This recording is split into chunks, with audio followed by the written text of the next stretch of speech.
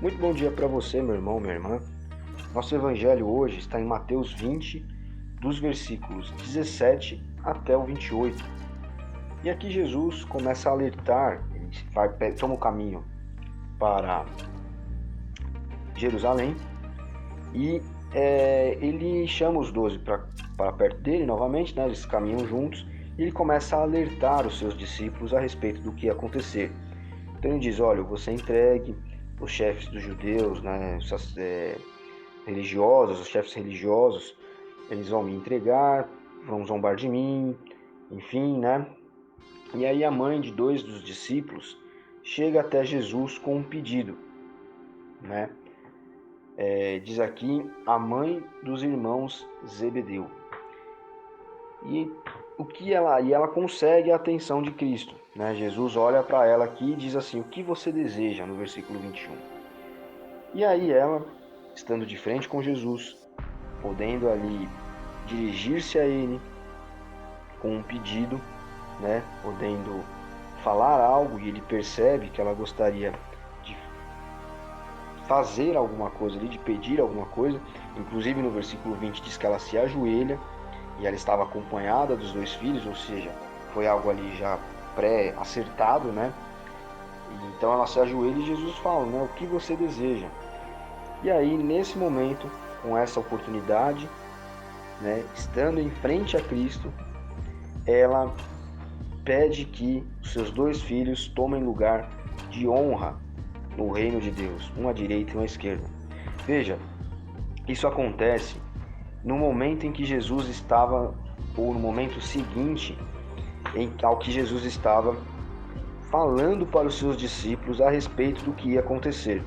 Olha, eu vou ser entregue, os chefes religiosos vão me entregar para a morte, vão bater em mim, vão zombar de mim, né? Ele vem falando isso aqui entre o 17 e o 19. Vão torturar, ele fala assim: o Filho do Homem será entregue aos líderes religiosos, irão condená-lo à morte, entregarão aos romanos, irão zombar dele, torturá-lo, crucificá-lo. Mas depois de 3 dias ele se levantará. E aqui na versão bíblica, a mensagem do Eugene Peterson, o 20 diz assim: foi nesse momento que a mãe dos irmãos Zebedeu se aproximou, ajoelhou-se, acompanhada dos dois filhos, com um pedido. E aí no 21, que eu estava dizendo aqui, Jesus pergunta o que ela deseja. Então veja, quantas vezes nós não vemos pessoas, ou nós mesmos não nos encontramos nessa exata situação.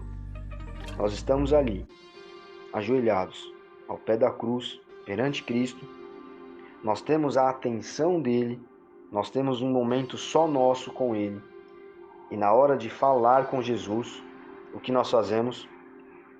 Pedidos. Pedidos, pedidos, pedidos e mais pedidos. Veja só, a mãe desses homens aqui, desses discípulos, ela não estava entendendo nada do que estava acontecendo. Jesus ali falando sobre a morte dele e a ressurreição. Jesus falando o que iria acontecer. Jesus preparando os seus discípulos. E ela só conseguia pensar no seguinte: Jesus Cristo vai instituir o seu reino e eu gostaria que meus filhos ocupassem lugares de honra. Se nós trouxermos isso para o nosso cotidiano, nós podemos enxergar a seguinte realidade: as pessoas estão, como eu estava dizendo, ajoelhadas perante Cristo, têm a oportunidade de falar com Deus e só conseguem pensar nas coisas deste mundo aqui. Elas não oram por salvação, elas não oram para que elas possam viver Cristo, elas não oram para que elas sejam mais parecidas com Ele na evangelização e no serviço à igreja. Elas se preocupam em Deus, Cristo, Jesus, meu Senhor, meu Pai, dá-me a comida, dá-me a saúde. Meu filho quebrou o pé, ajuda ele. Minha mãe está doente, ajuda ela. Meu sobrinho, enfim, está desempregado, arruma um emprego para ele. Ou seja, só pedidos e só coisas relacionadas a este mundo aqui, a esta vida terrena. Veja, nós devemos tratar Deus como nosso Pai. E tratar Deus como Pai é tratá-lo como provedor, como Senhor, como alguém que cuida de nós. Então, sim, de certa forma, é legítimo que nós, em tratando Deus como Pai, façamos a Ele alguns pedidos e algumas súplicas, mas o foco da oração não pode ser esse. Nós não podemos correr o risco de estar como essa mulher aqui, aprisionados num amuleto, transformarmos a oração em um amuleto, onde aconteceu algo ruim, eu corro e peço para 1.200 crentes orarem, achando que se eles orarem aquela situação se reverterá. A nossa oração tem que ser: Senhor, faça a tua vontade e, fazendo a tua vontade, faça-me entendê-la, faça-me compreendê-la. Eu não sei se a pessoa vai morrer ou não vai. Eu não sei se eu vou perder o emprego ou não vou. Mas faça-me entender a tua vontade. Faça-me compreender. Essa tem que ser a nossa oração. E não uma oração só de pedidos. Nós não podemos tratar a oração como um amuleto. Como essa mulher aqui. Ela estava totalmente errada.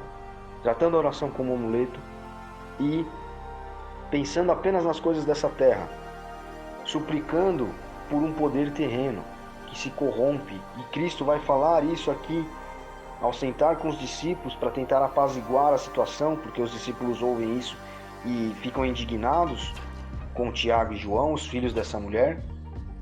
E aí ele fala: olha, as pessoas quando chegam ao poder se corrompem. Então quem quiser ser o primeiro neste reino aqui meu, deverá ser o último, deverá servir. Então essa deveria ser a oração dela. E a nossa oração deve ser que nós sejamos como Cristo, sejamos dignos do teu reino, do seu reino. Que nós possamos servir e servindo possamos ajudá-lo, entre aspas, é claro, né? Mas possamos ajudar com que a evangelização seja feita, com que a igreja se mantenha forte. Então veja, não enxergue a oração na sua vida como um amuleto. Primeiramente, concentre suas orações na sua vida espiritual, dê preferência a isso. Peça pela sua salvação, para que Deus guarde você, a sua mente, o seu coração. Peça para que Ele faça você entender a vontade dEle, sobretudo quando você estiver passando por problemas, quando a vida for difícil. Não trate a oração como um amuleto. Olha, irmãos, eu estou pedindo oração porque fulano caiu do 2º andar. Orem, e aí eu vou no outro grupo da outra igreja, no outro grupo do círculo de oração, no grupo das irmãs de oração, e vou vir um bolo de orações, e quanto mais orações eu pedir, mais Deus pode intervir naquela situação. Não trate a oração como amuleto. Trate a oração como algo que você faz para que Cristo faça com que você entenda a sua suprema e bondosa e divina vontade. E quando você tiver uma pessoa que está com alguma dificuldade, algum problema, algo aconteceu com aquela pessoa, não terceirize a oração para outros. Faça você mesmo uma oração por aquela pessoa. Em vez de dizer: olha, eu vou pedir para que a igreja ore por você, mande você mesmo uma oração para aquela pessoa. Aqueça o coração daquela pessoa com o seu cuidado. Haja como Cristo agiria na situação. Então, olha, eu estou aqui fazendo uma oração por você. Olha, eu estou mandando aqui no WhatsApp esse áudio. É uma oração pela vida aí do seu sobrinho que caiu da laje, da sua enteada que foi atropelado, do seu cunhado que perdeu o emprego. Passe para ele se você quiser. Olha, eu estou aqui orando. Saiba que eu vou orar por essa situação, para que Deus traga uma solução e mostre no coração da pessoa como enfrentar isso, como enfrentar essa perda, essa dor, enfim. Com isso, você estará servindo como Cristo serviu e evangelizando. E não estará tratando a oração como um amuleto, que serve para os outros orarem para ver se a resolução acontece da maneira que agrade a todos. A oração não serve para isso. Então, que nós não estejamos como essa mulher aqui. Que nós saibamos, quando estivermos frente a frente com Cristo, no nosso momento de oração, tratar esse momento com o devido cuidado, com a devida sabedoria, em tudo sendo guiado por Ele. Em tudo sendo guiados por Ele. Deus abençoe você. Até amanhã.